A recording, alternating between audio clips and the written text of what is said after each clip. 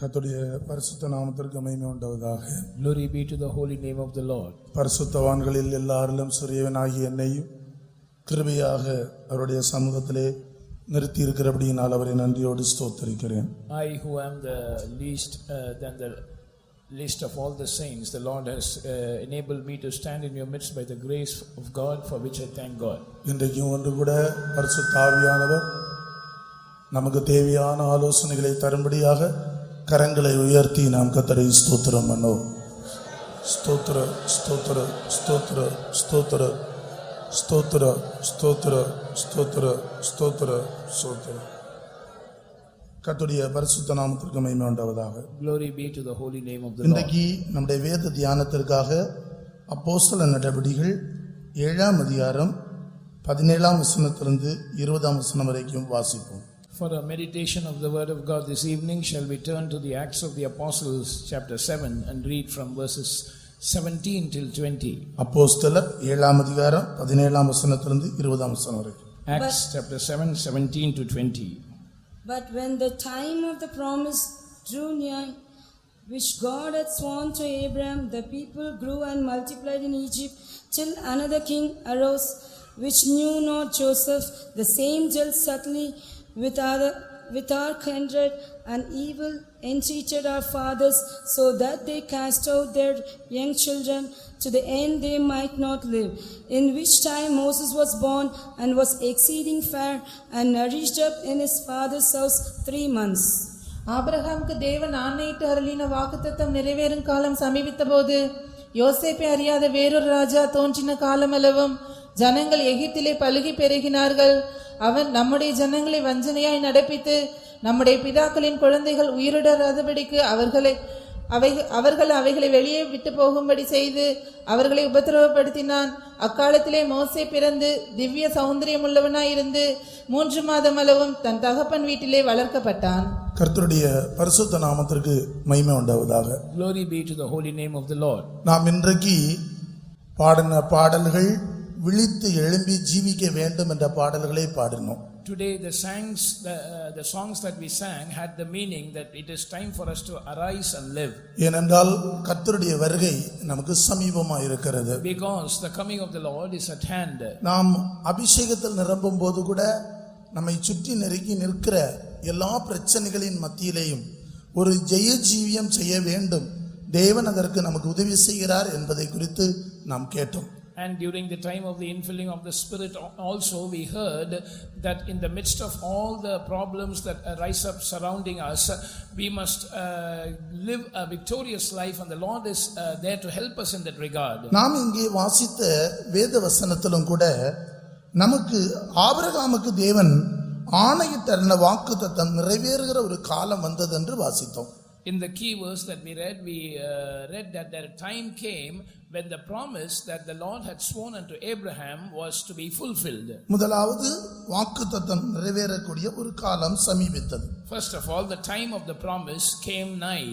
ஆனால் அந்த சந்தர்ப்பத்திலே இரண்டாவது யோசேப்பை அறியாத ஒரு ராஜா அங்கே இருந்தான் என்று வாசிக்கிறோம். Secondly, there rose another king which knew not Joseph. அவன் வஞ்சனையாக நடத்தினான் என்று மூன்றாவது பார்க்கிறோம். Thirdly, we read that he dealt subtly with the people of Israel. நான்காவது ஆண் குழந்தைகளை கொன்று போடும்படியாக அவன் பிரயாசப்பட்டான் என்று பார்க்கிறோம். Fourthly, we read that he labored to kill the male children. ஆனால் இவைகளின் மத்தியிலே சௌந்தரியமுள்ள ஒரு ஆண் பிள்ளை அது பாதுகாக்கப்பட்டு வளர்க்கப்பட்டதாக வாசிக்கிறோம். And in the midst of this a child was born which was exceedingly fair unto God, and it was nourished. இந்த வேதவசனத்திலிருந்து சில கோணங்களில் சில பகுதிகளை ஆவியானவர் அவருடைய உதவியோடு நமக்கு வெளிப்படுத்தி தருவாராக. May the Holy Spirit help us to understand this verse from various angles according to the time. தேவன் மனுஷனுக்கு வாக்குத்தத்தங்களை கொடுக்கிறார்.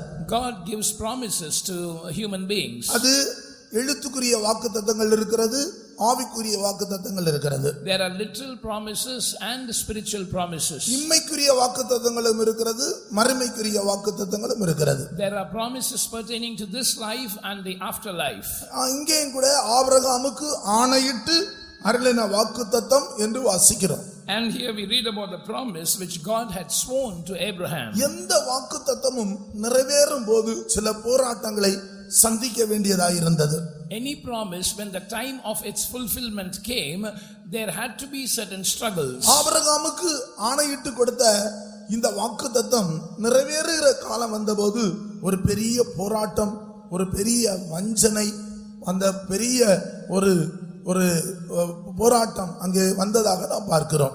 And when the time drew nigh for the promise the Lord had sworn to Abraham had to be fulfilled, there was a great struggle in the form of a deceitful leading. இன்றைக்கும் அருமையான தேவனுடைய பிள்ளைகளே, தேவன் நமக்கு கொடுத்திருக்கிற வாக்குத்தத்தங்கள் நிறைவேறுகிற நேரங்களில் பல சோதனைகள், போராட்டங்களை நாம் சந்திக்க கூடும். Today also, beloved children of God, when the time draws nigh for the promises which God has given to us are fulfilled, we might be facing many struggles and conflicts. ஆனால் இவைகளின் மத்தியிலே ஒரு அழகான சௌந்தரியமுள்ள, திவ்ய சௌந்தரியமுள்ள பிள்ளை பாதுகாக்கப்பட்டு வளர்க்கப்பட்டு தேவனுடைய நோக்கம் நிறைவேற்றப்பட்டதை நாம் பார்க்கிறோம். But here also we see that at such a time a male child was born which was exceeding fair unto God, and it was protected and nourished. அருமையான தேவனுடைய பிள்ளைகளே, இந்த ஆண் பிள்ளை என்று சொல்லுவது ஒவ்வொரு மனிதனுடைய வாழ்க்கையிலும் உண்டாகிற ஜெய ஜீவியத்தை காட்டுகிறது. This male child or man child shows the victorious life that is formed in the life of every individual. பிசாசு மனிதனுடைய ஜெய ஜீவியத்தை அழிக்கும்படியாக பல விதங்களில் போராடி கொண்டிருக்கிறான். The devil is striving in many ways in order to destroy the victorious life of man. நமக்கு கொடுக்கப்பட்ட வாக்குத்தத்தங்கள் நிறைவேறக்கூடிய காலம் நெருங்கி வந்துவிட்டது. The time has come when the promises given to us will be fulfilled. அருமையான தேவனுடைய பிள்ளைகளே, இனி அதிக காலம் செல்லாது என்பதை நாம் அறிந்திருக்கிறோம். Beloved ones, we all are aware that there shall no more be time. நமக்கு ஆண்டவர் கொடுத்திருக்கிற வாக்குத்தத்தமானது எபேசியர் 1:9 வாசிக்கும் போது பூலோகத்தாரும் பரலோகத்திலும் பூலோகத்திலும் உள்ளவர்கள் கூட்டி சேர்க்கக்கூடிய ஒரு காலமாக கர்த்தருடைய வருகையை குறித்து அது எழுதப்பட்டிருக்கிறது. And Ephesians 1:10 in English shows the time has come when all things which are in heaven and which are in earth might be gathered together in Christ. காலங்கள் நிறைவேறும் போது விளங்கும் நியமத்தின்படி பரலோகத்தில் இருக்கிறவைகளும் பூலோகத்தில் இருக்கிறவைகளும் ஆகிய சகலமும் கிறிஸ்துவுக்குள்ளே கூட்டி கட்டப்பட வேண்டும் என்று கர்த்தருடைய பரிசுத்த நாமத்திற்கு மகிமை உண்டாவதாக. Glory be to the holy name of the Lord. கர்த்தராகிய இயேசு கிறிஸ்துவினுடைய வருகை அந்த காலம் நிறைவேறுகிற அந்த காலத்தில் நடக்க வேண்டிய ஒரு வருகையின் காரியம் குறித்து நாம் அந்த இடத்துல வாசிக்கிறோம். We read something that is to happen at the coming of the Lord Jesus Christ. நாம் அதற்கு முன்பதாக ஆபிரகாமுக்கு ஆணையிட்டு கொடுத்த வாக்குத்தத்தம் நிறைவேறுவதை குறித்து சில காரியங்களை நாம் தியானிக்க போகிறோம். But before that we are going to meditate about the fulfillment of the promise that was given to Abraham. அருமையான தேவனுடைய பிள்ளைகளே, நமக்கு தெரிந்திருக்கிறபடி யாக்கோபின் அவருடைய குடும்பத்தாரும் 70 பேர் அவர்கள் எகிப்து தேசத்திற்கு போனார்கள். Beloved ones, as we know, 70 members from the family of Jacob went to Egypt. அவர்கள் 400 வருஷம் அங்கே அடிமைகளாக இருந்தார்கள். For 400 years they were slaves in Egypt. அவர்கள் அடிமைகளாக இருக்கிற காலத்திலே அருமையான தேவனுடைய பிள்ளைகளே, அவர்கள் மிகவும் ஒடுக்கப்பட்டார்கள். In the days of their slavery they were sorely afflicted. யாத்திராகமம் 1:12 வாசிக்கும் போது, when we read Exodus 1:12, ஆனாலும் அவர்களை எவ்வளவு ஒடுக்கினார்களோ அவ்வளவாய் அவர்கள் பலுகி பெருகினார்கள். அவர்களை ஒடுக்கினார்கள் என்று வாசிக்கிறோம். we read that they afflicted them. அவருடைய சரீரத்திலே பல ஒடுக்குதல் நடந்தது. And they were oppressed physically. மன ரீதியாக பல ஒடுக்குதல் நடந்தது. There was mental oppression. பல விதங்களில் அவர்கள் ஒடுக்கப்பட்டு நெருக்கப்பட்டார்கள். In many ways they were grievously afflicted. ஏனென்றால் அவர்கள் அடிமைகள் ஆனார்கள். Because they were slaves. ஒரு அடிமை நெருக்கத்திலும் ஒடுக்கத்திலும் தான் ஒடுக்கப்படுகிற பாதையில் தான் போக வேண்டியது இருக்கிறது. A slave has to go through paths of oppression and affliction. சிலர் மனரீதியாக ஒடுக்கப்படுகிறார்கள். Some people are mentally afflicted. எனவே மனதிலே இளைப்பாறுதல் சமாதானம் இல்லாமல் கஷ்டப்படுகிறார்கள். And they are suffering without peace or rest in the mind. சிலர் சரீரத்திலே ஒடுக்கப்படுகிறார்கள். Some are oppressed in the body. கொடூரமான வியாதிகள், பலவீனங்கள், சுகவீனங்களினால் தாக்கப்படுகிறார்கள். They are afflicted with sore ailments in the form of infirmities and sicknesses. மனரீதியாகவும் சரீர ரீதியாகவும் வருகிற அந்த நெருக்கம் ஒடுக்கத்தின் நிமித்தமாக ஜீவன் அவர்களுக்கு கசப்பாக மாறிவிடுகிறது. Their lives becomes bitter to them because of the physical and mental afflictions. யாத்ராகமம் 1:14 வாசிக்கும் போது, When we read Exodus 1:15, அவர்களுக்கு அவருடைய சரீரத்திலே பயங்கரமான ஒடுக்குதல் நெருக்கம் வந்தது நிமித்தம் ஜீவன் அவர்களுக்கு கசப்பாக மாறிவிட்டது. verse 14, their lives was made bitter because of hard bondage physically and mentally. ஆனால் தேவன் அவர்களுக்கு வாக்குத்தத்தம் பண்ணுகிறார். But God gave them a promise. ஆதியாகமம் 15:16 In Genesis 15:16, நாலாம் தலைமுறையிலே உங்களை திருப்பி கொண்டு வருவேன். in the fourth generation I will bring you back. அருமையான தேவனுடைய பிள்ளைகளே, ஒரு பயங்கரமான ஒடுக்குதல் நெருக்குதல் ஜீவன் கசப்பான நேரத்திலே ஒரு வாக்குத்தத்தம் உண்டாகிறது, உங்களை நான் திருப்பி கொண்டு வருவேன். At a time of severe physical and mental affliction, of great oppression, when the lives was made bitter, there is a promise, I will bring you back. இன்றைக்கும் அருமையான தேவனுடைய பிள்ளைகளே, ஒருவேளை சரீர ரீதியாக ஒரு ஒடுக்குதல் இல்லாவிட்டாலும் குடும்பத்திலே பல சூழ்நிலைகளின் நிமித்தம், பிள்ளைகளின் நிமித்தமாகவும், புருஷனின் நிமித்தமாகவும், மனைவி நிமித்தமாகவும், சுற்றுப்புற சூழ்நிலை நிமித்தமாகவும் உன்னுடைய மனரீதியாக ஒடுக்கப்பட்டு ஜீவன் உனக்கு கசப்பான ஒரு சூழ்நிலையிலே நீ வந்திருக்கிறாய். Brother, sister, you might not be afflicted physically, but because of the problems in your family, because of your husband or wife or children or parents, or because of the situations that surround you, you are mentally afflicted and you have come here. ஒருவேளை சரீர ரீதியாக நீ நெருக்கப்பட்டு பலவிதமான வியாதியின் கொடுமையிலே உன்னுடைய ஜீவன் உனக்கு கசப்பாக இருக்கலாம்.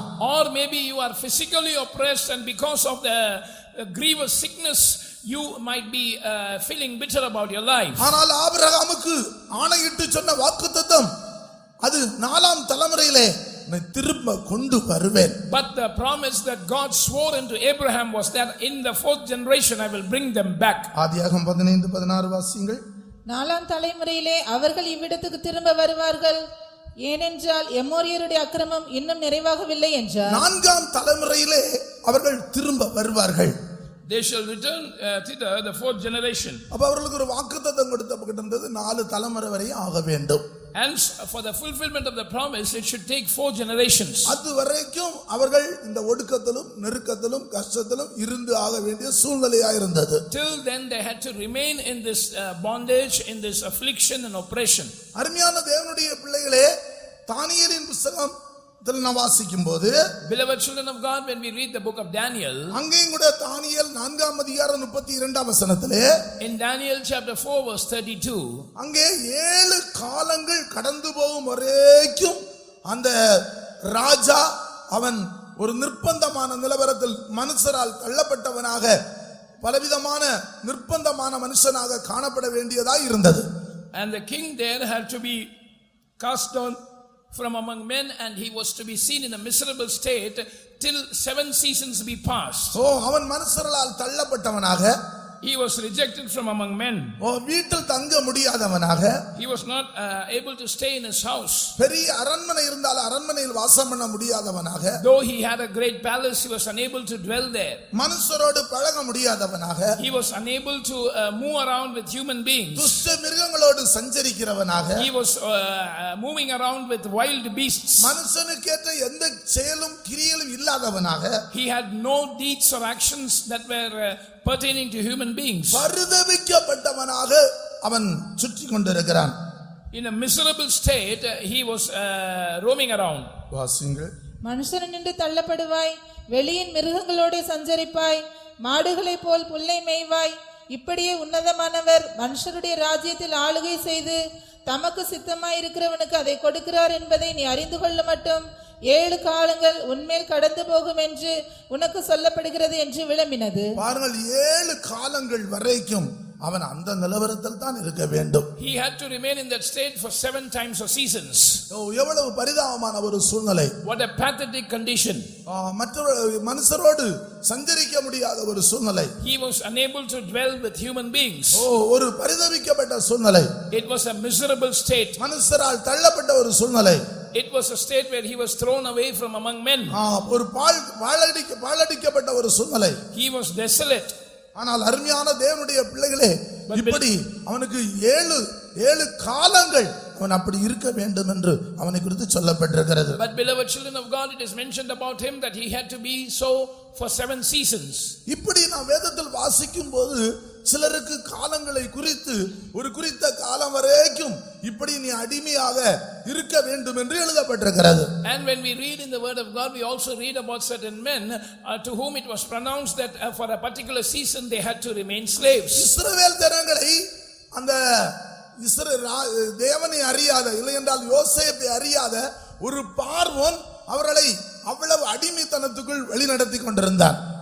A Pharaoh who did not know Joseph was afflicting and subduing the children of Israel. யோசேப்பு ஏற்கனவே அந்த எகிப்து தேசத்திற்கு ஒரு பெரிய இரட்சகனாக இருந்து முழு தேசத்துக்கும் இரட்சகனாக இருந்தவன். Prior to that, Joseph was a savior to the whole land of Egypt. ஆனால் இந்த இரட்சகரை அறியாத ஒரு காலம் அந்த ராஜா வந்தபோது அவர்களை அதிகமாக ஒடுக்க ஆரம்பித்து விட்டான். But when there came a king who did not know about their savior, he started afflicting them grievously. இன்றைக்கு கூட அருமையான தேவனுடைய பிள்ளைகளே, தேவனை அறியாத கொடுமையானவருடைய சீரர்கள் பெரு வெள்ளம் போல தேவ ஜனத்துக்கு விரோதமாய் வந்து கொண்டிருக்கிறது. Even today, the grievous affliction from those who do not know God is coming like a wave upon the people of God. கொடுமையானவருடைய சீரர்கள் பெரு வெள்ளம் போல வரும்போது பரிசுத்த ஆவியானவர் கொடியேற்றுகிறவராக இருக்கிறார். And when the affliction of ungodly men comes like a flood, the Holy Spirit raises up a banner. நம்முடைய தேவன் அருமையான தேவனுடைய பிள்ளைகளை தம்முடைய பிள்ளைகளை விடுவிக்கும்படியாக இறங்குகிறார். Our God descends to save his children. இன்றைக்கும் இந்த சத்தத்தை கேட்டுக்கொண்டிருக்கிற உங்களுடைய வாழ்க்கையில் என்னென்ன அடிமைத்தனங்களின் மூலமாக நீங்கள் அடிமைப்பட்டிருந்தாலும் அருமையானவர்களே, வாக்குத்தத்தம் நிறைவேறக்கூடிய சமீபமான நேரம் வந்திருக்கிறது. And whatever might be the affliction with which you are oppressed or afflicted, the time has come when the promise that God Lord has given you will be fulfilled. உன்னுடைய வாக்குத்தத்தத்துக்கு ஏற்ற பதில் கொடுக்கக்கூடிய நேரம் வந்துவிட்டது. The Lord is going to give an appropriate answer according to the promise he has given. The time for it has come. 105ஆம் சங்கீதத்துல நாம் வாசிக்கும் போது யோசேப்பை குறித்து வாசிக்கிறோம். When we read Psalm 105, we read there about Joseph. யோசேப்புக்கு நல்ல தரிசனம் இருந்தது. Joseph had a good vision. நல்ல வெளிப்படுத்தல் இருந்தது. He had a good revelation. ஆனாலும் வாக்குத்தத்தம் அந்த கர்த்தர் சொன்ன வார்த்தை நிறைவேறும் அளவும் அவனை விலங்கு போட்டு ஒடுக்கினார்கள். But till the word of God was fulfilled, he was afflicted in chains. அவனுடைய பிராணன் இரும்பிலே அடைபட்டு கிடந்தது. His soul was shut up in iron, it is written. எவ்வளவு பயங்கரமான ஒரு சூழ்நிலை பாருங்கள். How terrible situation. ஆனாலும் கர்த்தர் சொன்ன வார்த்தை அந்த வாக்குத்தத்தம் நிறைவேறக்கூடிய நேரம் வந்தபோது அங்கிருந்த ராஜா அவனை அழைத்து வெளியே கொண்டு வருகிறார். But when the time came and the fulfillment of the promise approached, the king himself sent men to set him free. தேவனுடைய பிள்ளையே, இன்றைக்கு உன்னுடைய வாழ்க்கையில் உன்னுடைய பிரச்சனைகள் எதுவா இருந்தாலும் உன்னை வெளியே கொண்டு வரும்படியாக ஒருவர் இங்கே வந்திருக்கிறார். Child of God, today whatever might be the problems in your life, to bring you out of those problems, a person has come here. 105ஆம் சங்கீதம் 18-19 வசனத்தில் நாம் அதை வாசிக்கிறோம். We read about that in Psalm 105 verses 18 and 19. வாக்குத்தத்தம் நிறைவேறக்கூடிய ஒரு காலம் நேரம் வந்து விட்டது. A time has come for the fulfillment of the promise. ராஜா அவனை வெளியே கட்டவிழ்த்து கொண்டு வரும்படி கட்டளையிட்டார். The Lord commanded to bring him out of the prison. பழைய ஏற்பாட்டு காலத்திலே காலங்கள் குறிக்கப்பட்ட காலம் வரைக்கும் அவர்கள் அந்த சூழ்நிலையில் இருக்க வேண்டியதாக இருந்தது. And in the Old Testament time, till the appropriate time came for the fulfillment of the promise, they had to remain there. ஏன் இவர்கள் ஒடுக்கப்பட்டார்கள்? Why were they afflicted? ஏன் இவர்களுடைய ஜீவன் கசப்பானது? Why was their life made bitter to them? இந்த அடிமைத்தனத்துக்கு ஏன் இவர்கள் ஆளாகி விட்டார்கள்? Why did they cry in their affliction? ஒரு பெரிய அரண்மனை இருந்தாலும் அரண்மனைக்குள் தங்க முடியாமல் ராஜா அலைந்ததுக்கு காரணம் என்ன? Why was the king roaming around in the field, unable to live in a palace that he had on his own? நாம் இன்று அதை சிந்தித்து நம்மை தப்புவிக்கிற விடுவிக்கிற தேவனிடத்தில் வர வேண்டும். We must examine the reason and come to God who can escape us, who can deliver us. பழைய ஏற்பாட்டு காலத்திலே குறிக்கப்பட்ட காலம் வரைக்கும் அவன் அந்த வாக்குத்தத்தத்தை அடைய முடியாமல் தவிக்கத்தான் வேண்டும்.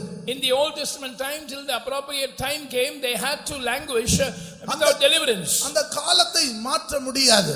The times couldn't be altered. ஆனால் அருமையான தேவனுடைய பிள்ளைகளே, But beloved children of God, புதிய ஏற்பாட்டு காலத்திலே in the New Testament period, சத்துருக்கள் கையிலே கர்த்தர் ஒப்பு கொடுத்திருந்தாலும், though the Lord has delivered people into the hands of the enemies, நம்முடைய ஜீவியத்திலே காணப்படுகிற நிலவரங்களின் மூலமாக கர்த்தர் ஒப்பு கொடுத்திருந்தாலும், because of the state of our life, if the Lord has delivered us into the hands of the enemy, அந்த காலத்துக்கு முன்னே அந்த வல்லமைகளை துரத்தி அடித்து ஜெயத்தை கொடுக்கக்கூடியவராக நம்முடைய ஆண்டவராகிய இயேசு கிறிஸ்து இருக்கிறார். Our Lord Jesus Christ is able to destroy and chase away those enemies even before time and grant us deliverance and victory. மத்தேயு 8ஆம் அதிகாரம் 29ஆம் வசனத்திலே, In Matthew 8:29, அந்த பிசாசுகள் சொல்லுகிறது, காலத்துக்கு முன்னே எங்களை வேதனைப்படுத்தி அனுப்பவா வந்தீர்? have you come to grieve us or torment us before time? அவர்கள் அவரை நோக்கி, இயேசுவே தேவனுடைய குமாரனே, எங்களுக்கும் உமக்கும் என்ன, காலம் வரும் முன்னே எங்களை வேதனைப்படுத்த இங்கே வந்தீரோ என்று கூப்பிட்டார்கள். பாருங்கள், 70 400 தலைமுறை வரைக்கும் 7 காலங்கள் வரைக்கும் இருப்பேன் என்று சொல்லுகிற ஆவிகளை இன்றைக்கு காலத்துக்கு முன்னே துரத்தி அடிக்கும்படியாக நம்முடைய இயேசு நம்முடைய மத்தியிலே வந்திருக்கிறார். Today our Jesus has come in our midst to drive away those spirits which are so adamant and stubborn, saying that I will remain here for 4 generations or for 7 seasons. உன் குடும்பத்தின் சாபத்திற்கும் பிள்ளைகளை கட்டி இருக்கிற கட்டுகளுக்கும் உன்னுடைய பிரச்சனைகளுக்கும் முடிவு உண்டாக்கும்படியாக ஆண்டவராகிய இயேசு கிறிஸ்து காலத்துக்கு முன்னே சத்துருவை அகற்றும்படியாக துரத்தும்படியாக வந்திருக்கிறார். To create a remedy for the problems in your family, for the spirits that are oppressing your family and the curses that are affecting your children, Jesus has come here in order to drive them before time. வாக்குத்தத்தத்தை நிறைவேற்றக்கூடிய காலத்தை உடையவராக, காலங்களையும் சமயங்களையும் மாற்றுகிறவராக என் இயேசு இருக்கிறார் என்று எத்தனை பேர் விசுவாசிக்கிறீர்கள்? How many of you believe that my Jesus has power to fulfill the promise at the appropriate time, and he also has the power to change the times and the seasons? அப்படியானால் உன் குடும்பத்தை ஒடுக்கி உன்னுடைய வாழ்க்கையை கசப்பாக்குற சக்திகளிலிருந்து கர்த்தர் இன்றே உன்னை விடுதலையாக்க போகிறார். If that be so, today itself the Lord is going to deliver you from the powers that are oppressing your families and are driving you into curse. தள்ளப்பட்டு மனுஷரால் வெறுக்கப்பட்டு புறக்கணிக்கப்பட்ட உன்னுடைய வாழ்க்கைக்கு ஒரு முடிவுண்டாக போகிறது. There is going to be an end to your problem whereby you are cast aside, rejected by men. எத்தனை பேர் விசுவாசிக்கிறீர்கள்? How many of you believe that? ஹல்லேலூயா! விசுவாசிக்கிறவர்கள் தேவனுடைய மகிமையை காண்பீர்கள். You who believe will see the glory of God. இன்றைக்கு நம்முடைய மத்தியிலே காலத்துக்கு முன்னே வேதனைப்படுத்தி சத்துருக்களை இன்றைக்கே துரத்தி அனுப்பும்படி கர்த்தர் நம்முடைய மத்தியில் எழுந்தருளி இருக்கிறார். The Lord has risen in our midst today to drive away the devil tormenting him before time and to set us free. உன்னுடைய பிரச்சனை அடிமைத்தனம் எதுவா இருந்தாலும் உதவி செய்யக்கூடிய ஒருவர் உண்டு. Whatever be your problem or a slavery, there is a person who can help you. ஆனால் ஏன் இந்த அடிமைத்தனம் வந்தது? But why did this slavery come? ஆதியாகமம் 15ஆம் அதிகாரம் 10ஆம் வசனத்தில் வாசிக்கும்போது, When you read Genesis 15:10, அங்கே ஆபிரகாம் பலி செலுத்தும் போது அந்த பலியை பட்சிகளை இரண்டாக அவன் துண்டிக்கவில்லை. and when Abraham offered sacrifice, he did not divide the birds into two, we read. ஆதியாகமம் 15:10. Genesis 15:10. அவன் அவைகள் எல்லாவற்றையும் அவரிடத்தில் கொண்டு வந்து அவைகளை நடுவாக துண்டித்து துண்டங்களை ஒன்றுக்கொன்று எதிராக வைத்தான். பட்சிகளை அவன் துண்டிக்கவில்லை. பட்சிகளை அவன் துண்டிக்கவில்லை. He did not divide the birds. லேவியராகமம் 3ஆம் அதிகாரத்தில் நாம் வாசிக்கும் போது ஒரு பட்சியை பலி செலுத்தும் போது எப்படி பட்சியை பலி செலுத்த வேண்டும் என்ற ஒரு சட்டம் நியமனம் கொடுக்கப்பட்டிருக்கிறது. And when we read Leviticus chapter 3, we read about the ordinance in the matter of sacrificing a bird. அது இரண்டாக பிளந்து வைக்கப்பட வேண்டும். It must be divided into two. அது விரித்து வைக்க வேண்டும். It must be divided into two. அது தேவ சமூகத்துல முழுவதும் வெறுமையாக அது தெரிய எல்லாம் வெளியரங்கமாக தெரியக்கூடியதாக இருக்க வேண்டும். Every inward part must be openly seen in the presence of God. அருமையான தேவனுடைய பிள்ளைகளே, நம்முடைய வாழ்க்கையிலும் கூட ஆண்டவர் நமக்குள்ள நம்முடைய ஜீவியத்தின் ஆழத்தின் வெளியரங்கத்தை அவருக்கு வெளிப்படுத்த வேண்டும் என்று அவர் விரும்புகிறார். Even in our lives the Lord desires that all the secrets in the inward parts must be made open before God. இன்றைக்கு வாக்குத்தத்தத்தை நிறைவேற செய்யும்படியாக கர்த்தர் நம்முடைய மத்தியில் அசைவாடுகிறார். Today the Lord is moving in our midst in order to fulfill his promise. ஆனால் யார் தங்களுடைய இருதயத்தை திறக்கிறார்களோ அவர்களுக்கு தான் அவர் உதவி செய்ய முடியும். But he can help only those who open their hearts to him. ஆசீர்வாதத்துக்காக ஒரு மனிதன் வானத்துக்கு ஏறி போக வேண்டியதில்லை, கடலின் ஆழத்தில் இறங்க வேண்டியதில்லை. For blessings a man need not climb up to heaven, or he need not dive into the depths of the sea. அது அவனுடைய வாயிலும் இருதயத்திலும் தான் இருக்கிறது. The blessing remains in his mouth and heart.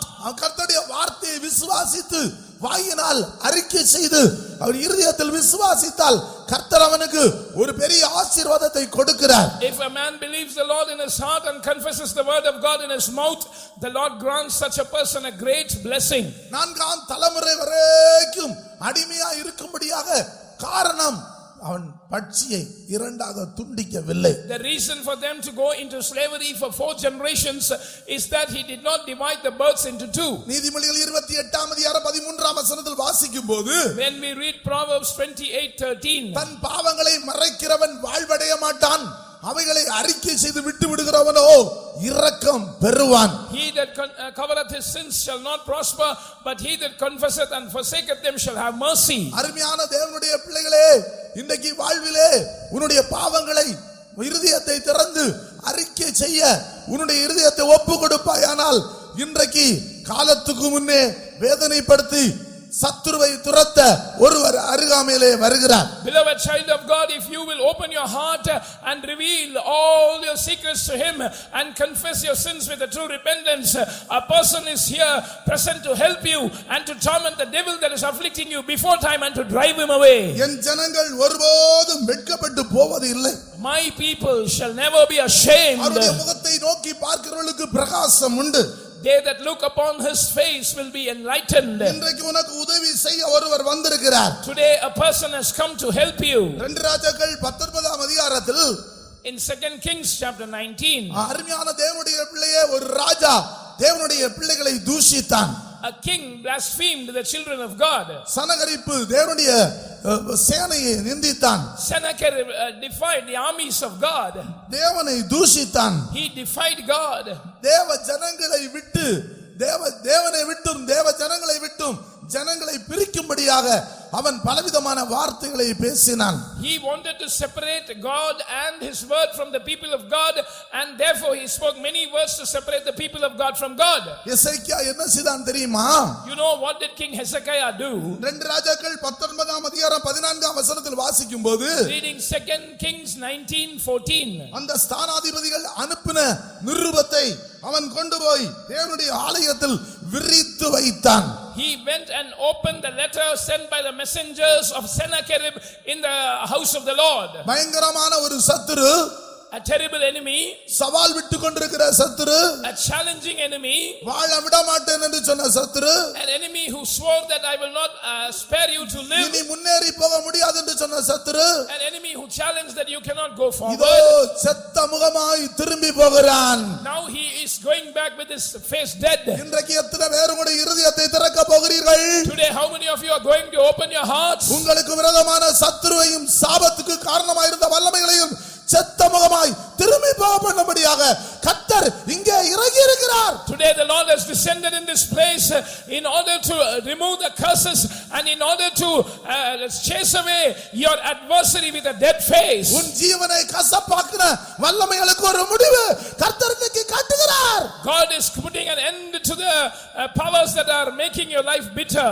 உன்னை நிந்தித்து அவமதித்துக் கொண்டிருந்த முன்னேற விடாமல் இருந்த சத்துருடைய வல்லமைக்கு ஒரு முடிவு காட்டுகிறார். And the Lord is putting an end to the enemy's power which was blaspheming you, not allowing you to go forward. நீ விசுவாசித்தால் தேவனுடைய வார்த்தையை கேட்டுக்கொண்டிருக்கும் போது பரிசுத்த ஆவியானவர் உனக்குள் பிரவேசித்து ஒரு வல்லமையான கிரியை இப்பொழுதே செய்வார். If you believe, as you are listening to the word of God, the Holy Spirit will enter mightily into you and perform his mighty work. பாவங்களை மறைக்கிறவன் வாழ்வு அடைய மாட்டான். He that covereth his sin shall not prosper. அவைகளை அறிக்கை செய்து விட்டு விடுகிறாரோ இப்பொழுது ஒரு இரக்கம் காலத்துக்கு முன்னே அந்த சத்துருவை வேதனைப்படுத்தி செத்தபகவாய் ஆண்டவர் திருப்பி அனுப்புகிறார். But for those who confess and forsake their sins, the Lord is going to torment the devil who is afflicting you before time, and he is going to send back the adversary with a dead face. கொடூரமான வியாதியா இருக்கட்டும், it might be a terrible sickness,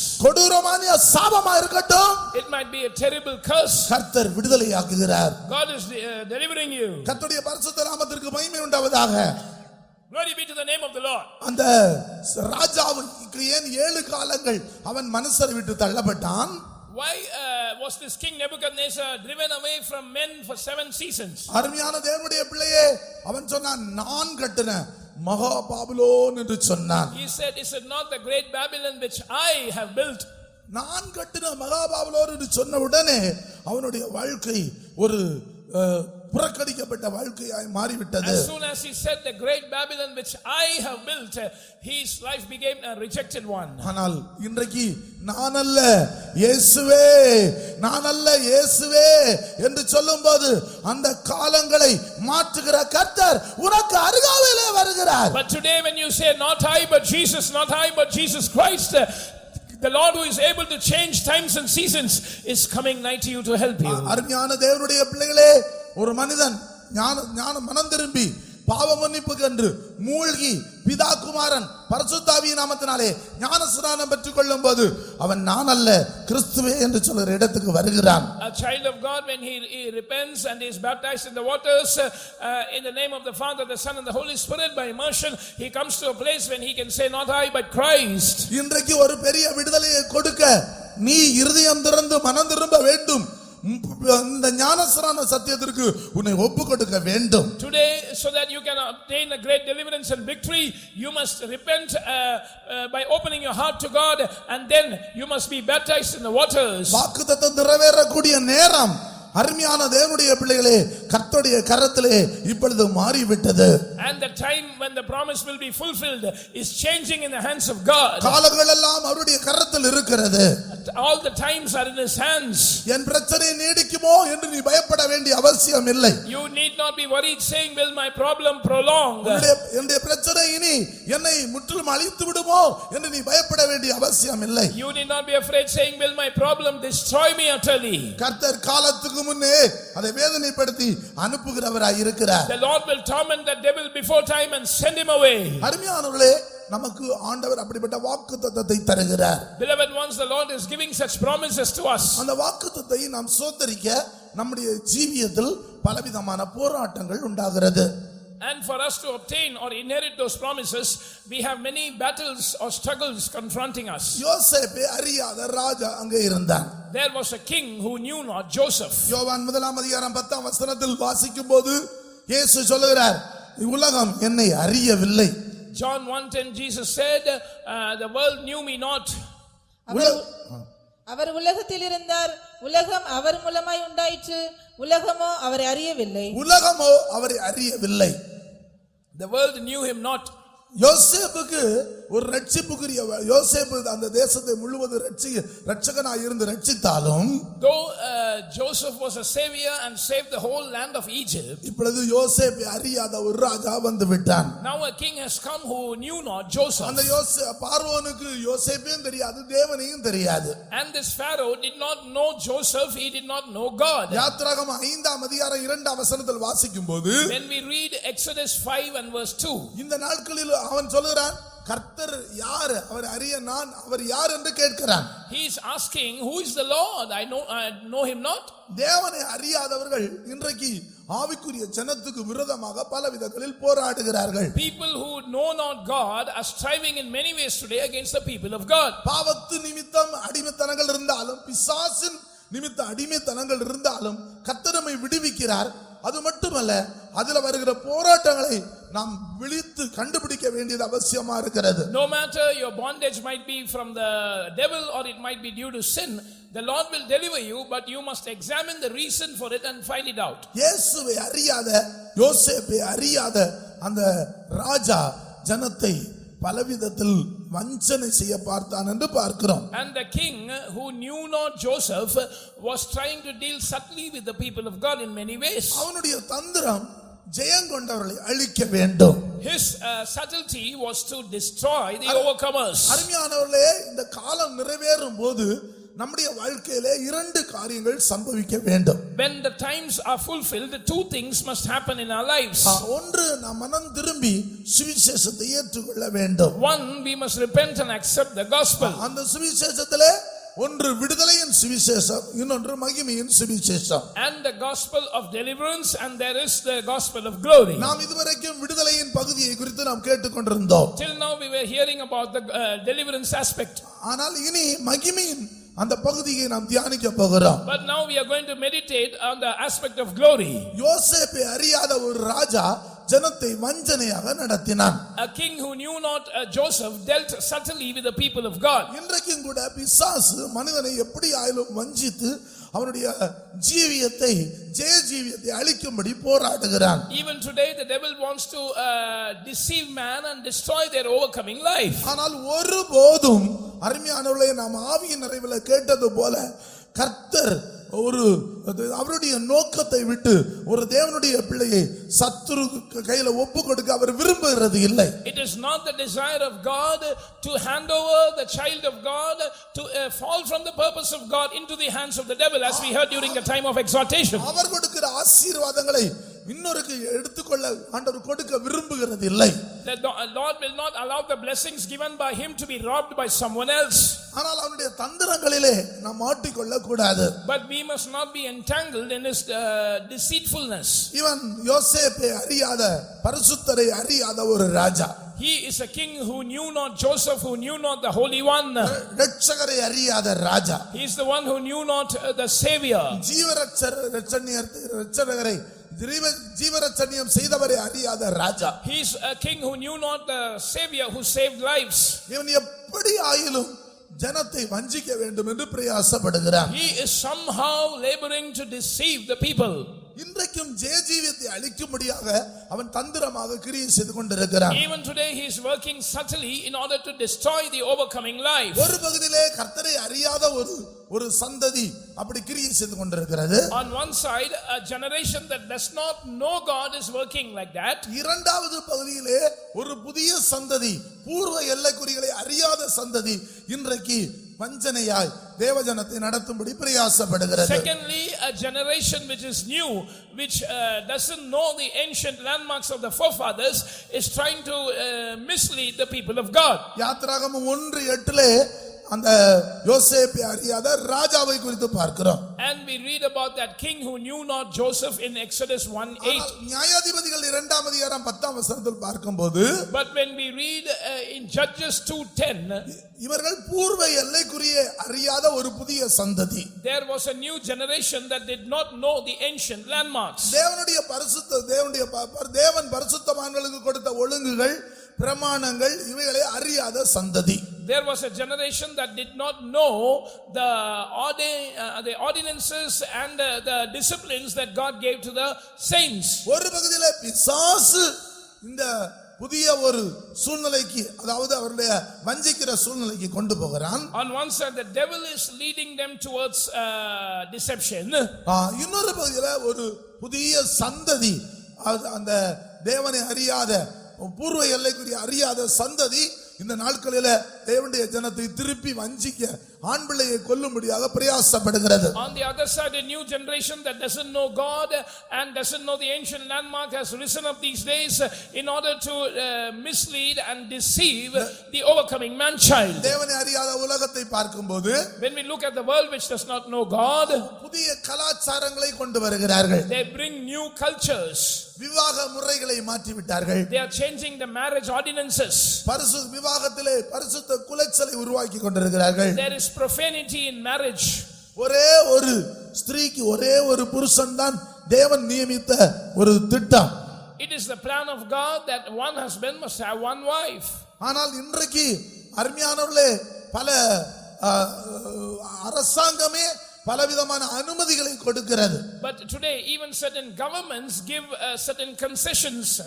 சில சபைகளும் பலவிதமான அந்த சட்டங்களை, அதாவது பூர்வ எல்லைக்குரிய அறியாத அந்த புதிய சந்ததிகளும் இப்படிப்பட்ட காரியங்களுக்கு, பரிசுத்த குலைச்சலான காரியங்களுக்கு இடம் கொடுக்கிறார்கள். Even certain churches which do not know the ancient landmarks are giving to profanity in church. கர்த்தருடைய பரிசுத்த நாமத்திற்கு மகிமை உண்டாவதாக. Glory be to the holy name of the Lord.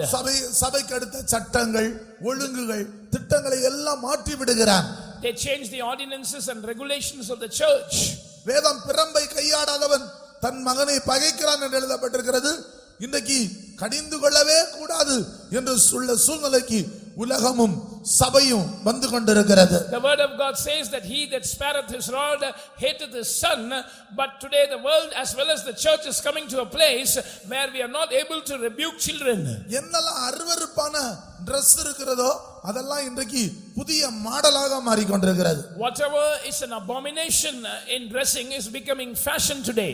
காரணம் அருமையானவர்களே, எல்லா அந்த கலாச்சாரங்களை பிசாசு மாற்றிக் கொண்டிருக்கிறான். Because the devil is overturning cultures. சபைகளிலும் கூட அருமையான தேவனுடைய பிள்ளைகளே, இந்த புது தலைமுறைகள் பூர்வ எல்லைக்குறிகளை மறந்து பரிசுத்தவான்களுக்கு கொடுக்கப்பட்ட ஒழுங்குகள், சட்டங்கள், திட்டங்களை மாற்றிக் கொண்டிருக்கிறார்கள். Even today in churches, the new generation that is being brought up are forgetting the ancient landmarks and are changing the laws and ordinances the Lord gave to the saints. ஆனால் ஒரு விசை ஒப்புவிக்கப்பட்ட விசுவாசத்திற்காக நாம் தைரியமாக போராட வேண்டும். But we must contend earnestly for the faith which was once and for all delivered to the saints. பரிசுத்தவான்களுக்காக ஒப்புவிக்கப்பட்ட இந்த உபதேசத்தை நாம் ஒருபோதும் விட்டுவிடக் கூடாது. We must never forsake the doctrine that was given to the saints. பூர்வ எல்லைக்குறியை நாம் மறந்துவிடக் கூடாது. We must never forget the ancient landmarks. முற்பிதாக்களுக்கு வெளிப்படுத்தலை நஷ்டப்படுத்தக் கூடாது. We must not make a loss of the revelations the Lord gave our forefathers. எப்படி ஆயினும் தள்ளிவிட்டு அழிக்க வேண்டும் என்று அவன் பிரயாசப்படுகிறான். Somehow he is laboring to reject them and destroy them. கர்த்தருடைய பரிசுத்த நாமத்திற்கு மகிமை உண்டாவதாக. Glory be to the name of the Lord. அவனுடைய தந்திரம் என்ன? What is his deception? இந்த பிள்ளைகளை எல்லாம் தண்ணிக்குள்ளே தள்ளி போட வேண்டும். These children must be thrown into the river. நீங்கள் யாத்திராகமம் 2ஆம் அதிகாரத்தில் நாம் இதை வாசிக்கலாம். We read about that in Exodus chapter 2. தண்ணிக்குள்ளே தள்ளி போட வேண்டும். They must be thrown into the river. தண்ணியில தான் அவர்களை கொன்று போட வேண்டும். And they must be killed by the water. ஆனால் திவ்ய சௌந்தரியம் உள்ள பிள்ளை எப்படி பாதுகாக்கப்பட்டது என்று நாம் பார்க்க போகிறோம். But we are going to see how this child who was exceeding fair unto God தண்ணீர் was preserved. தண்ணீர் எதை வெளிப்படுத்துகிறது? What does water show? 5 காரியங்களை உங்களுக்கு முன் வைக்க விரும்புகிறேன். I want to place 5 things. யோபுவின் புத்தகம் 15ஆம் அதிகாரம் 16ஆம் வசனத்தில் அநியாயமான தண்ணீர் என்று வாசிக்கிறோம். And we read about iniquity as water in Job 15:16. அநியாயமான தண்ணீர் என்று வாசிக்கிறோம். We read about water which is iniquity. அநியாயத்தை தண்ணீரை போல குடிக்கிற மனுஷன் எத்தனை அதிகமாய் அருவருப்பும் அசுத்தமாய் இருக்கிறான். அநியாயமான தண்ணீர்லே ஒரு மனுஷனை விழப்பண்ணி அவனை ஜெயாலியாய் விடாதபடி அவனை அழிக்கும்படி பிரயாசப்படுகிறான். Iniquity is like water, and the devil wants man to fall into that iniquity and to be destroyed. ஜெயம் கொண்டவர்கள் தான் அவரோடு கூட இருக்கும்படி ஆண்டவர் அருள் செய்கிறார். The Lord is making them who are overcomers to sit with him. ஜெயம் கொண்டவர்கள் தான் எடுத்துக்கொள்ளப்பட போகிறார்கள். Only the overcomers are going to be caught up. நாம் ரட்சிக்கப்பட்டிருக்கலாம், We might be saved, ஞானஸ்நானம் பெற்றிருக்கலாம், we might have taken baptism, பரிசுத்த ஆவியின் அபிஷேகம் பெற்றிருக்கலாம், we might have received the anointing of the Holy Spirit, தெய்வீக சுகத்தை அனுபவிக்கலாம், We might experience divine healing. பரிசுத்தமாதலுக்கு ஒப்பு கொடுத்திருக்கலாம். We might have surrendered ourselves for sanctification. ஆனால் ஜெயஜீவியம் செய்யாவிட்டால் கர்த்தராகிய இயேசு கிறிஸ்துவின் வருகையிலே எடுத்துக்கொள்ளப்பட முடியாது. Besides all this, if we do not lead an overcoming life, we cannot be caught up by the secret rapture. எனவே தான் பிசாசு இந்த ஆண் பிள்ளை அழிக்கும்படி போராடுகிறான். And the devil is striving in the world in order to destroy the man child. ஆண் பிள்ளை எடுத்துக்கொள்ளப்படுகிற ஜெயஜீவியம் செய்கிற தேவ பிள்ளைகளுக்கு ஒப்பாக இருக்கிறது. The man child is symbolic of overcomers who are leading an overcoming life in order to be caught up. அவருடைய அநியாயத்திலே தள்ளி போடுகிறான். And he casts them into iniquity. அநியாயம் என்று சொன்னால் என்ன? What does iniquity mean? 106 சங்கீதம் 30 வசனத்தில் வாசிக்கும்போது When we read Psalm 106 verse 30, Phinehas பாவத்துக்கு விரோதமாய் எதிர்த்து நின்று போராடி பாவத்தை குத்தி கொன்றது நியாயம் என்று எழுதப்பட்டிருக்கிறது. and the deed of Phinehas of fighting against sin and killing the sinners with a javelin is symbolic of doing justice. பாவத்துக்கு விரோதமாய் எதிர்த்து நின்று பாவத்தை குத்தி கொல்லுகிற ஒரு ஜீவியம் அருமையானவர்களே அதுதான் ஒரு நியாயம் செய்கிற ஜீவியமாக இருக்கிறது. A life of rendering justice is to resist sin and to slay sin by piercing it through with a javelin. Phinehas பாவம் செய்த 2 பேரை குத்தி ஆண்களை மேல் சங்காரம் வந்தபோது அந்த பாவத்தை குத்தி கொன்று போட்டான். And Phinehas slew the through by piercing through their bodies and did justice. நாம் என்னாகமம் 25ஆம் அதிகாரத்தில் வாசிக்கும்போது When we read Numbers 25, அங்கே பாவத்துக்கு விரோதமாய் வந்த போராட்டத்தை பார்க்கிறோம். there we read about his struggle against sin. அருமையான தேவனுடைய பிள்ளைகளே அங்கே ஆண்கள் கொலை செய்யப்பட்டார்கள். Beloved ones, the male children were killed. சங்காரமானார்கள். They were utterly destroyed. காரணம் என்ன? What was the reason? பரிசுத்த வித்துகள் அருவருப்போடு சேர்ந்து விட்டார்கள். The holy seed mixed with abomination. தங்களுடைய வேறுபாட்டின் ஜீவியத்தை காத்துக்கொள்ளவில்லை. They did not maintain the life of separation. நூதனமான ஒரு முறையை அவர்கள் கையாளுகிறார்கள். They invented new methods. கர்த்தருடைய பரிசுத்த நாமத்திற்கு மகிமை உண்டாவதாக. Glory be to the holy name of the Lord. அவிசுவாசியுடன் விசுவாசிக்கு பங்கு இருக்க கூடாது என்று வேதம் சொன்னாலும் The word of God says, what concord hath the believer with an infidel? நீதிக்கும் அநீதிக்கும் சம்பந்தம் இல்லை என்று சொன்னாலும் Though it says what communication has righteousness with unrighteousness. தேவனுடைய ஆலயத்துக்கு விக்கிரகத்துக்கு சம்பந்தம் இருக்க கூடாது என்று சொன்னாலும் Though it says that there must be no connection between the temple of God and idols. இங்கே பரிசுத்த வித்துக்கள் அருமையான தேவனுடைய பிள்ளைகளே அசுத்தத்திலே கலந்து விட்டது. Today the holy seed is mixed with abomination. இந்த பினேகாஸ் அதற்கு விரோதமாக எதிர்த்து நிற்கிறான். Phinehas withstood against it. எபிரேயர் 12ஆம் அதிகாரம் 4ஆம் வசனத்தில் வாசிக்கும்போது When we read Hebrews 12 and verse 4, நீங்கள் இன்னும் பாவத்துக்கு விரோதமாய் எதிர்த்து நின்று போராடவில்லையே என்று அங்கே எபிரேய நிருபக்காரன் சொல்கிறார். And you have not resisted with sin unto bloodshed, says the writer to the Hebrews. எல்லாருக்கும் பாவத்துக்கு விரோதமாய் எதிர்த்து நிற்க முடியாது. Not all can withstand against sin. அருமையான தேவனுடைய பிள்ளைகளே ஒரு பரிசுத்த ஜீவியம் செய்கிறவர்கள் தான் பாவத்துக்கு விரோதமாய் எதிர்த்து நிற்க முடியும். Only those who live a holy life can withstand sin. யோசேப்பு பாவத்துக்கு விரோதமாய் எதிர்த்து நின்றான். Joseph resisted sin. காரணம் அருமையானவர்களே அவனுக்குள்ள ஒரு பரிசுத்த ஜீவியம் இருந்தது. Because he had a holy life in him. Phinehas கூட பாவத்துக்கு விரோதமாய் எதிர்த்து நின்றான். Even Phinehas resisted sin. இன்றைக்கும் தேவனுடைய பிள்ளையே உன் குடும்பத்தில் இருக்கிற பரிசுத்த குலைச்சலான காரியங்களுக்கு நீ கஞ்சாடையா இருக்காதே. Today, child of God, don't eye wink at the things that are profaning holiness in your family. உன்னுடைய பிள்ளைகள் மத்தியில இருக்கிற பரிசுத்த குலைச்சலான காரியத்துக்கு கஞ்சாடையா இருக்காதே. Don't eye wink at profanity of holiness amongst your children. சபையிலே இருக்கிற பரிசுத்த குலைச்சலான காரியங்களுக்கு கஞ்சாடையா இருக்காதே. Don't eye wink at the profanity in church. கர்த்தர் உன்னை ஒரு பினேகாசை போல எழுப்பி உனக்குள்ள இருக்கிற ஜெயஜீவியத்தை பாதுகாக்கும்படியாக ஒரு பரிசுத்த வைராக்கியத்தை ஊற்ற போகிறார். God wants to raise you up like Phinehas and pour a holy zeal into you so that you can preserve the victorious life.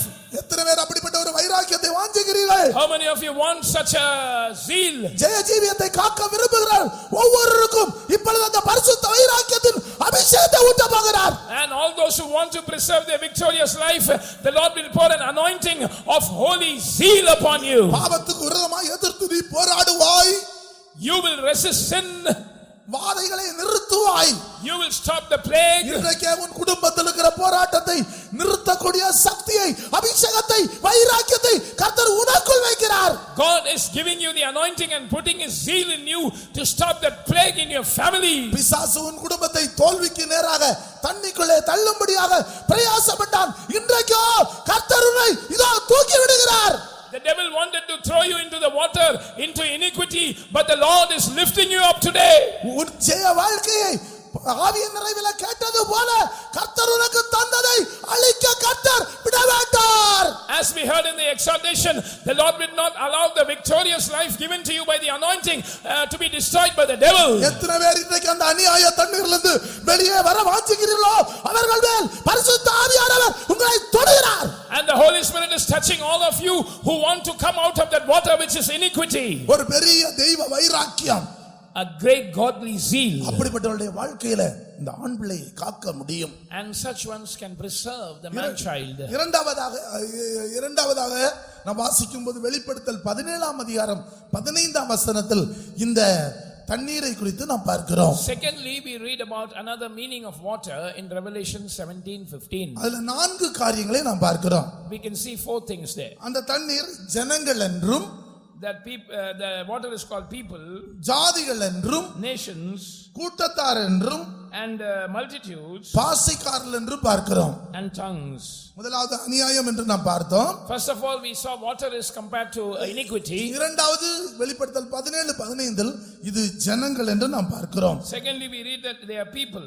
அருமையானவர்களே, ஜனங்கள் என்று சொல்லும்போது நாம் 2ஆம் சங்கீதம் 1ஆம் வசனத்தில் விருதா காரியத்தை சிந்திக்க வைக்கிறவர்கள். And we can read that these people make us to imagine vain things as we read Psalm 2 verse 1. 2ஆம் சங்கீதம் 1ஆம் வசனத்திலே ஜாதிகள் கொந்தளித்து ஜனங்கள் விருதா காரியத்தை சிந்திக்கிறார்கள்.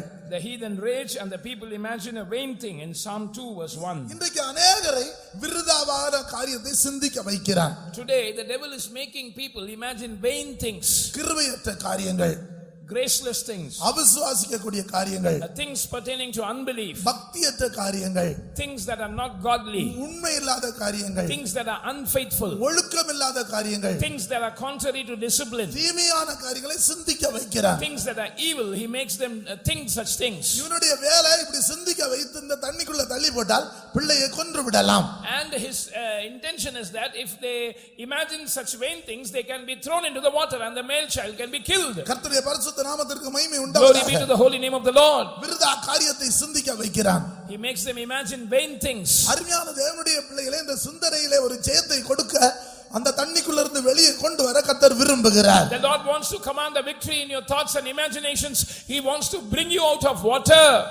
அவிசுவாசமான காரியங்கள், Things pertaining to unbelief, பக்தி விருத்தி இல்லாத காரியங்கள், things that are not godly, அந்த விருதாவாய் சிந்திக்கிற காரியங்கள், vain imaginations, பிரயோஜனம் இல்லாத காரியங்கள், unprofitable things. இப்படி எனக்குள்ள ஒரு சிந்தனை போராடுகிறது, எனக்கு ஒரு ஜெயம் வேண்டும் என்று வாஞ்சிக்கிறவர்கள் உங்களுடைய வலது கரத்தை உயர்த்துங்க பார்க்கலாம். Those who say that such thoughts are striving in my mind, I want a victory, raise up your right hand. இதோ கர்த்தர் ஒரு அற்புதத்தை செய்கிறார். The Lord is performing a miracle. புண்ணியத்தை சிந்திக்கும்படியாக, In order to think that things that are holy, புகழை சிந்திக்கும்படியாக, things that are honorable, நற்கிருத்தி உள்ளவர்களை சிந்திக்கும்படியாக, things that are of good report, ஒழுக்கம் உள்ளவர்களை சிந்திக்கும்படியாக, things that are lawful. உன்னுடைய மனதுக்குள்ளே ஒரு பரிசுத்தாவியுடைய ஒரு சக்தி, ஒரு பெரிய அக்கினியின் சக்தியை ஆண்டவர் இறக்கப்படுகிறார். The Lord is causing a great power of the Holy Spirit, a fire to come in your mind.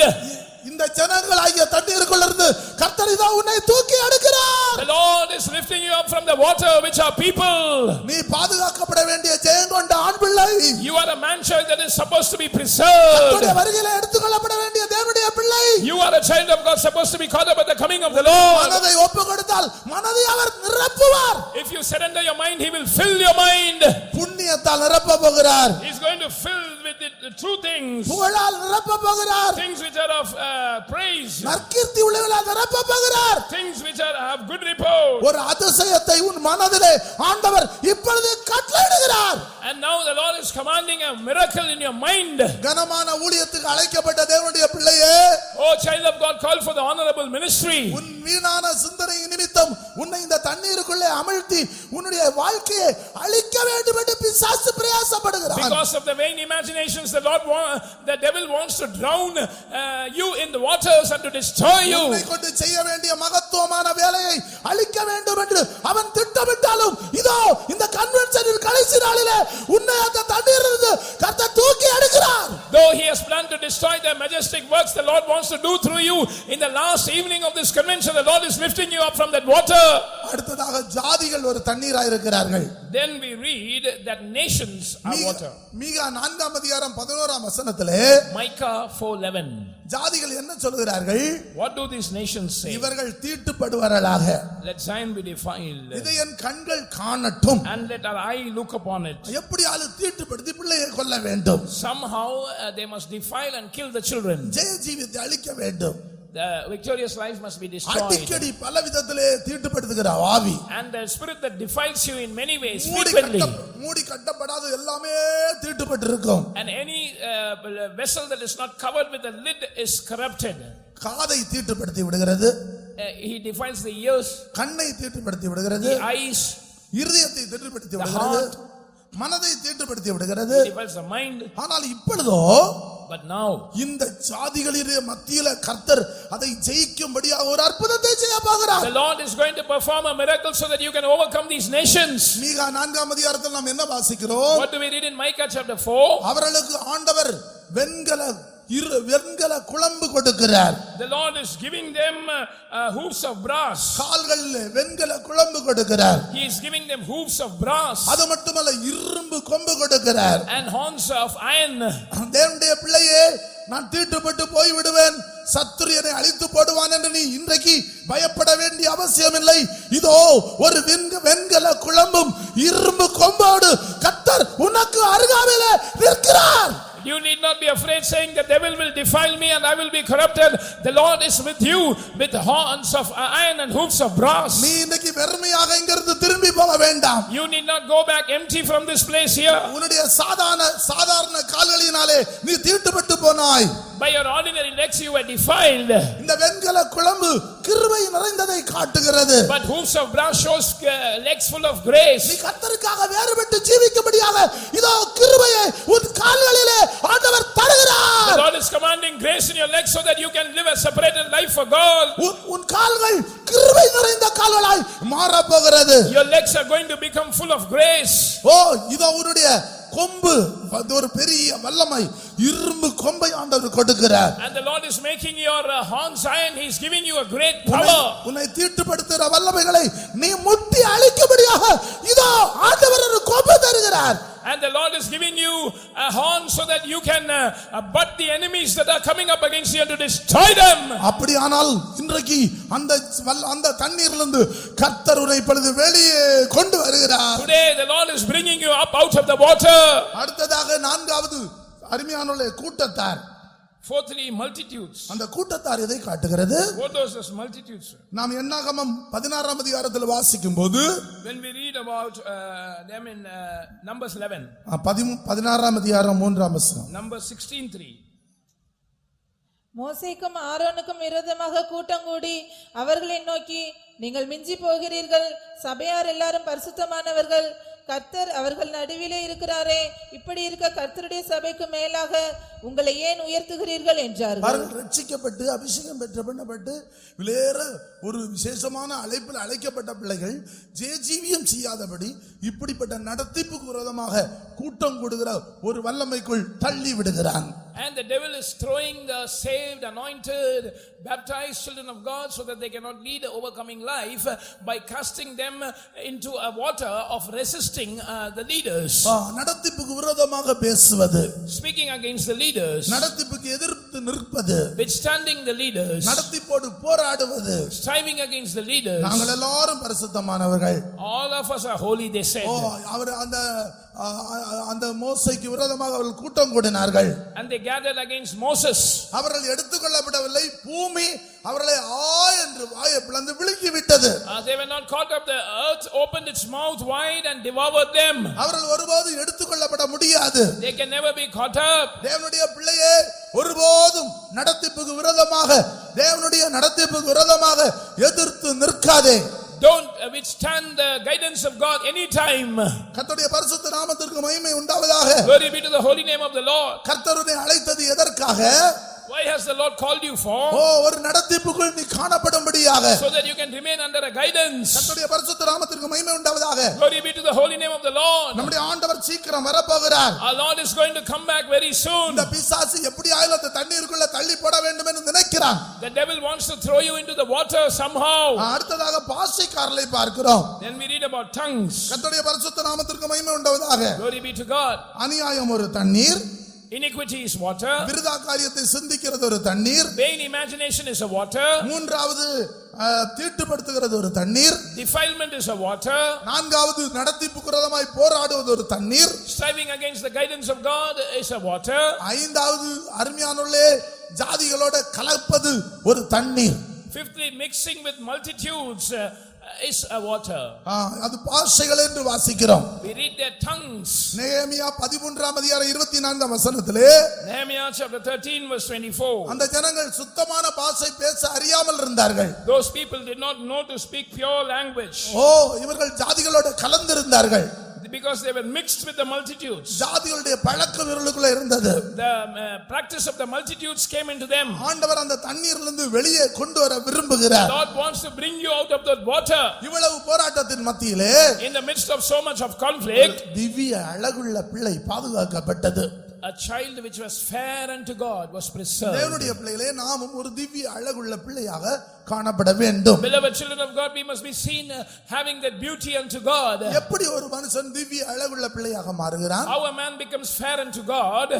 நீங்கள் 96ஆம் சங்கீதம் 6ஆம் வசனத்தில் வாசித்தால் பரிசுத்தம் தான் பியூட்டி ஆஃப் ஹோலினஸ் அழகு என்று வாசிக்கிறோம். There we read about the beauty of holiness, Psalm 96 verse 6. அருமையானவர்களே பரிசுத்தத்தின் நிமித்தமாக ஒரு மனிதன் அழகுள்ளவனாய் மாறுகிறான். A man becomes holy, a man becomes beautiful because of holiness. நமக்கு ஒரு பரிசுத்தத்தின் அழகு தேவை. We need the beauty of holiness. நம்மை ஆண்டவர் பரிசுத்தத்துக்கு என்று அழைத்தார். God has called us for holiness. நாம் பரிசுத்தமாக வேண்டும் என்பதே தேவனுடைய சித்தம். It is the will of God, even our sanctification, holiness. எனவே பரிசுத்தத்தின் அழகை நாம் காத்துக்கொள்ள வேண்டும். Therefore we must preserve the beauty of holiness. இரண்டாவது பிரதிஷ்டையின் நிமித்தமாக அழகு உண்டாகிறது. Secondly, beauty comes because of consecration. 45ஆம் சங்கீதம் 10ஆம் வசனம் 11ஆம் வசனத்தில் வாசிக்கும்போது When we read Psalm 45 verses 10 and 11, குமாரத்தியே கேள், hearken, O daughter, உன் செவியை சாய்த்து சிந்தித்துக்கொள், incline thine heart and pay உன் heed. தகப்பன் வீட்டையும் இனத்தையும் மறந்துவிடு, Forget thy father's house and your people. நீ பிரதிஷ்டை செய், Consecrate them. அப்பொழுது ராஜா உன் அழகில் பிரியப்படுவார். So shall the king greatly desire thy beauty. தேவனுடைய பிள்ளைகளுக்கு ஒரு பிரதிஷ்டை தேவையா இருக்கிறது. Children of God need a consecration. விசுவாசிகளை பொறுத்தவரையில் அவர்கள் எல்லாரையும் பார்க்கலும் தேவனை அதிகமாக நேசிக்க வேண்டும். As far as the believers are concerned, more than everyone else, everything else, they must love God. மத்தேயு 10ஆம் அதிகாரம் 37ஆம் வசனத்தில் அதை வாசிக்கிறோம். We read that in Matthew 10:37. லூக்கா 14ஆம் அதிகாரம் 26ஆம் வசனத்திலே Luke 14:26. தகப்பனையும் தாயையும் சகோதரனையும் பிள்ளைகளையும் வெறுத்து விடுகிற ஒரு பிரதிஷ்டை அப்போஸ்தல ஊழியர்களுக்குள்ளே காணப்படுகிறது. And the apostolic servants of God have a consecration whereby they hate their father and mother and wife and children and brethren and sisters and their own life also. அதுதான் அருமையானவர்களே, அது ஒரு அழகாக மாறுகிறது. That consecration becomes their beauty. ஒரு சௌந்தரியமுள்ள பிள்ளை தான் பாதுகாக்கப்படும். Only a child that is fair unto God will be preserved. பரிசுத்தத்தையும் பிரதிஷ்டையும் கெடுத்து ஜீவித்தால் இந்த குழந்தை பாதுகாக்கப்பட முடியாது. If you spoil your consecration and live, this child cannot be preserved. பரிசுத்தத்திற்காகவும் பிரதிஷ்டை உள்ள ஜீவியத்திற்காகவும் நம்மை சமர்ப்பித்து ஒப்புக்கொடுத்து ஜீவிக்க வேண்டும். We must surrender ourselves for holiness, for a consecrated life and live accordingly. அருமையானவர்களே, இந்த பிள்ளையை பாதுகாக்கும்படியாக In order to preserve this child, அந்த யாத்திராகமம் 2ஆம் அதிகாரத்தில் வாசிக்கும்போது as we read in Exodus chapter 2, அங்கே ஒரு சகோதரி காணப்பட்டாள். there was a sister. அங்கே தமக்கை என்று எழுதப்பட்டிருக்கிறது. It is written as sister. யாத்திராகமம் 2ஆம் அதிகாரம் 4ஆம் வசனத்தில் அதை வாசிக்கிறோம். We can read that in Exodus 2:4. ஒரு தமக்கை சகோதரி காணப்பட்டாள். This child had a sister. யாத்திராகமம் 2:9 ஒரு தாய் அங்கே காணப்பட்டாள். And in 2:9 there was a mother. அது மட்டுமல்ல, அங்க ஒரு நாணல் பெட்டி செய்யப்பட்டது. And ark of bulrushes was made. அங்கே கீல் பூசப்பட்டது. And it was applied with அந்த பெட்டியிலே கீல் பூசப்பட்டது. and in that box we find that the அதிலே பிசின் பூசப்பட்டது. யாத்திராகமம் 2:3. and we read that in Exodus 2:3 that it was daubed with slime and with pitch. அருமையானவர்களே, இது எதை காட்டுகிறது? What does this show? திவ்ய சௌந்தரியமுள்ள ஒரு பிள்ளையா இருந்தாலும் Though he was a child fair unto God, அதற்கு ஒரு சகோதரி தேவை. a sister is needed. அந்த சகோதரி மார்க் 3:15 வாசிக்கும்போது When we read Mark 3:15, தேவ சுத்தம் செய்கிறவளை காட்டுகிறது. it shows the experience of doing the will of God. தேவ சுத்தம் செய்கிறவள் தான் எனக்கு தாயும் சகோதரரும் சகோதரியுமா இருக்கிறாள் என்று இயேசு சொன்னார். Jesus said, those who do the will of my Father in heaven, the same as my brother and my sister and mother. இந்த ஆண் பிள்ளையை பாதுகாக்க ஒரு தேவ சுத்தம் செய்கிற கூட்டத்தாரோடு நீ சேர்ந்து இருக்க வேண்டும். You must join yourself with a group of people who do the will of God in order to preserve the man child. அவர்கள் தான் உன்னை பாதுகாக்கக்கூடிய வழியை உருவாக்க முடியும். They can open a way for your protection. அது மட்டுமல்ல, அங்க ஒரு தாய் இருந்தாள். A mother was also there. அந்த தாய் யார்? Who is that mother? 1 தெசலோனிக்கேயர் 2:7 வாசிக்கும்போது, When you read 1 Thessalonians 2:7, ஞான பாலை கொடுக்கிறது மட்டுமல்ல, ஜீவனையே கொடுக்கிற அப்போஸ்தல ஊழியர்களை அது காட்டுகிறது. verse 8, it shows the apostolic ministers who did not feed us only with the word of God but by their own lives. ஜீவனை நேசிக்காதவர்கள், Those who do not love their own lives, ஜீவனை வெறுக்கிறவர்கள். those who hate their own lives. கலாத்தியர் 4:19 In Galatians 4:19, பரிசுத்த பவுல் சொல்கிறார், கிறிஸ்து உருவாகிறதற்காக நான் உங்களுக்காக பிரசவ வேதனை படுகிறேன். my little children of whom I travail in birth again until Christ be formed in you. எதற்காக? Why? ஒரு ஜெயங்கொண்ட ஜீவியம் காக்கப்படும்படியாக. So that an overcoming life might be preserved. அதுதான் அருமையானவளே தாய்.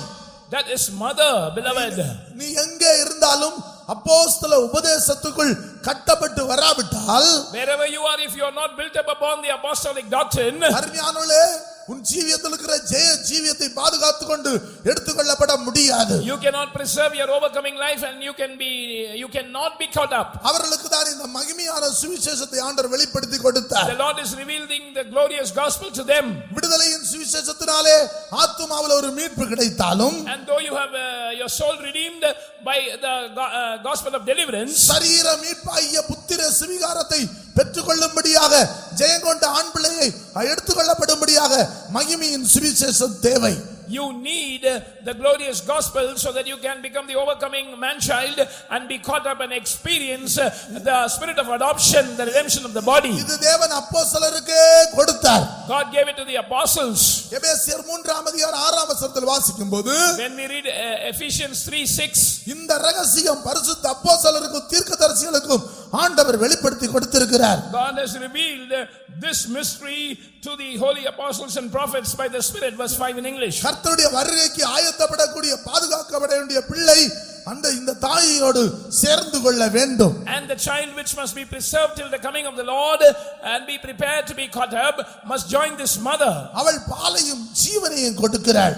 And the mother gives milk as well as their own life. கர்த்தருடைய பரிசுத்த நாமத்திற்கு மகிமை உண்டாவதாக. Glory be to the holy name of the Lord. அவள் ஒரு நாணல் பெட்டியை செய்கிறாள். She is making an ark of bulrushes. அருமையானவர்களே, அது எளிமையான ஒரு ஜீவியத்தை காட்டுகிறது. It shows a life that is simple. நாணல் பெட்டி எளிமையுள்ள ஜீவியத்தை காட்டுகிறது. Ark of bulrushes shows a life of simplicity. ஆவியிலே எளிமை உள்ளவர்கள் பாக்கியவான்கள். Blessed are the poor in spirit. பரலோக ராஜ்யம் அவர்களுக்கு உரியது. The kingdom of heaven is theirs. ஆண்டவர் ஒரு எளிமை உள்ள ஒரு கூட்டத்தாரை தேடுகிறார். God is looking for a group of people who are living in simplicity. தேவனுடைய பிள்ளையே, உன்னை எளிமை உள்ள பெட்டியிலே வைக்கும்படியாக, எளிமையான ஜீவியத்தை கற்றுக் கொடுக்கும்படியாக உனக்கு அப்படிப்பட்ட தாயை ஆண்டவர் தருகிறார். God is giving you a mother so that you can become poor in spirit and so that you can learn what is simple life. இன்றைக்கு சுகபோகமான வாழ்க்கை வாழ்ந்து நீ உயிரோடு செத்து போகாமல் உன்னை பாதுகாக்கும்படியாக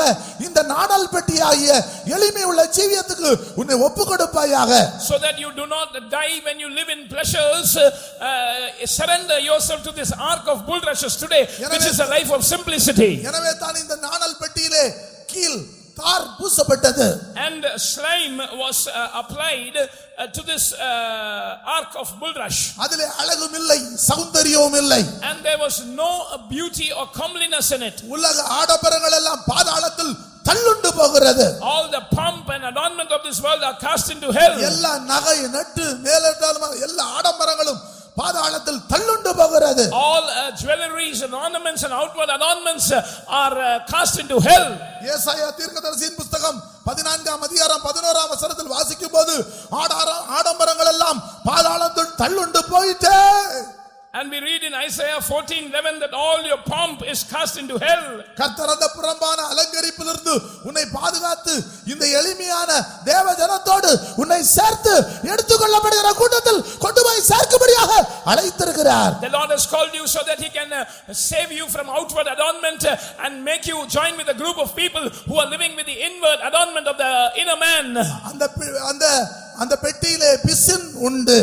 And there is also pitch in the ark. அந்த பிசின் ஐக்கியத்தை காட்டுகிறது. It shows fellowship. இணைக்கக்கூடிய சக்தி உள்ளது. It has the capacity to join. அப்போஸ்தல உபதேசத்தின் மூலமாக அருமையான தேவனுடைய பிள்ளையே எல்லாரையும் ஒன்றாக்குற ஒரு ஜீவியம் இந்த உபதேசத்துக்குள்ள இருக்கிறது. Inside this doctrine is contained a life of being united with one and all. யூதர் என்றில்லை, கிரேக்கர் என்றில்லை, அடிமை என்றில்லை, எல்லாரையும் ஒன்றாக்குகிறது. It is no Jew, not Greek, no bond, nor free. This doctrine unites one and all. இன்றைக்கு எத்தனை பேர் அருமையான தேவனுடைய பிள்ளைகளே இந்த சத்தியத்துக்கு உங்களை ஒப்புக்கொடுக்கிறீர்கள்? Today how many of you surrender to this truth, beloved ones? அவர்களை இந்த எல்லா சோதனை போராட்டத்தின் நிந்தைகளின் மத்தியிலே அந்த மோசையை கொல்ல வேண்டும் என்று நடத்த இடத்திலே வளர்த்தி தேவ நோக்கத்தை நிறைவேற்றுவது போல நீ இருக்கிற இடத்திலே சூழ்நிலையின் மத்தியிலே கர்த்தரை பாதுகாத்து உன்னை அவருடைய நோக்கத்தை நிறைவேற்ற போகிறார். And just like Moses was saved from many attempts of being killed in the midst of all the reproach and shame and struggles that you are going through, God is going to preserve you and fulfill his in and through you. அதற்காக ஒரு பெரிய வல்லமை ஆண்டவர் இப்பொழுது தர போகிறார். For that the Lord is going to send a great power today. உங்களை ஆயத்தப்படுத்திக் கொள்ளுங்கள். All of you prepare yourselves. Daniel, Shadrach, Meshach, Abednego அவர்கள் மூவரும் Shadrach, Meshach and Abednego, the trio, தங்கள் சரீரங்களை ஜீவ பலியாக ஒப்புக்கொடுத்தார்கள். they yielded their bodies as a living sacrifice. அவர்கள் மேல் அக்கினி பலன் செய்ய முடியவில்லை. And the fire could not overpower them. இப்பொழுது எத்தனை பேர் உங்களுடைய சரீரங்களை ஜீவ பலியாக கேட்ட வசனத்துக்கு ஒப்புக்கொடுக்க போகிறீர்களோ? Now how many of you are going to surrender to the word of God that you heard, your bodies as a living sacrifice? அவர்களை சோதனையாகிய அக்கினி உங்கள் மேல் பலன் செய்ய முடியாது. The fire of trial will not overpower you. எவ்வளவு பெரிய சோதனை உனக்கு வந்தாலும் அவைகள் உன்மேல் பலன் கொள்ள முடியாது. No matter how great the trials that confront you, they cannot overpower you. இந்த சோதனையை பார்க்கலும் பெரிய ஒரு அக்கினியை ஆண்டவர் இப்பொழுது கொண்டு வந்திருக்கிறார். Because the Lord has brought a fire that is greater than the fiery trial right now. விசுவாசிக்கிறவர்களை ஒப்புக்கொடுத்துக் கொண்டே இருங்கள். Oh, all those who believe, surrender yourselves. அக்கினி பலன் செய்ய முடியவில்லை. The fire could not overpower them. அது மட்டுமல்ல, Not only that, அவருடைய தலையில் இருக்கிற ஒரு முடி கூட கருகவில்லை. not a hair of them was signed. நீ கர்த்தருக்காய் செய்த பிரதிஷ்டை ஒன்று உன்னை விட்டு போகாது. No consecration that you made with the Lord will be lost. தலைமயிர் பிரதிஷ்டையை காட்டுகிறது. The hairs of the head shows consecration. உன் பிரதிஷ்டையை சத்துரு உடைக்க முடியாது. The devil cannot break your consecration. உன் சரீரத்தை ஜீவபலியாய் ஒப்புக்கொடுத்தால், Right now if you yield your body, உன் பிரதிஷ்டையை காக்கக்கூடிய வல்லமை அபிஷேகத்தை ஆண்டவர் ஊற்றுகிறார். the Lord is pouring an anointing in order to preserve your consecration. இந்த தலைமயிர் மகிமையை காட்டுகிறது. And the hair of the head also shows glory. கர்த்தர் உனக்கு கொடுக்கிற மகிமையை ஒரு சத்துரு எடுக்கவே முடியாது. The glory which God gives you, no enemy can take it away. இப்பொழுது மகிமையினால் நிரப்பிக் கொண்டிருக்கிறார். Right now he is filling you with glory. அவருடைய சால்வைகள், அந்த சால்வைகள் சேதப்படவில்லை. And their garments were not destroyed. நீ கிறிஸ்துவை தரித்திருக்கிற வாழ்க்கை சேதப்பட்டு போகாது. A life whereby you have put on Christ will not be lost. ஆவியானவர் இறங்கிக் கொண்டே இருக்கிறார். The Holy Spirit is descending. வசனத்தை கேட்ட யாவர் மேலும் பரிசுத்த ஆவியானவர் இறங்குகிறார். And the Holy Ghost is descending upon all them who hear the word. உன்னுடைய அழைப்புக்கு சேதம் வராது. Your calling will not be destroyed. ஓ நீ பயப்படாதே. Be not afraid. எந்த இடத்துல கொல்லணும்னு நினைச்சாங்களோ அதே இடத்துல அதே மோசேயை எல்லா சகல சாஸ்திரங்களை கற்று பாதுகாத்தது போல ஜெயங்கொண்ட உன்னை பாதுகாக்க போகிறார். Using the same water by which the enemy tried to kill Moses, the Lord preserved him in the same water. The Lord will preserve you also from all the onslaughts of the enemy. சோதனை உன்னை ஜெயிக்க முடியாது. சோதனை உன்னை ஜெயிக்க முடியாது. Trial cannot overpower you. சிங்கங்கள் உன்னை ஜெயிக்க முடியாது. Lions cannot overpower you. கொடுமையாளருடைய சீரர்கள் ஜெயிக்க முடியாது. Oh, the winds of the mighty ones, terrible ones cannot destroy you. சத்துருடைய ஆரவாரம் உன்னை ஜெயிக்க முடியாது. The tumult of the enemy cannot destroy you. ஒரு அபிஷேகம் வாஞ்சிக்கிற யாவர் மேலும் ஆண்டவர் ஊற்றிக்கொண்டே இருக்கிறார். The Lord is pouring an anointing upon all who desire. கண்களை மூடுங்கள். Close your eyes. கர்த்தருடைய வார்த்தைக்கு ஒப்புக்கொடுங்கள்.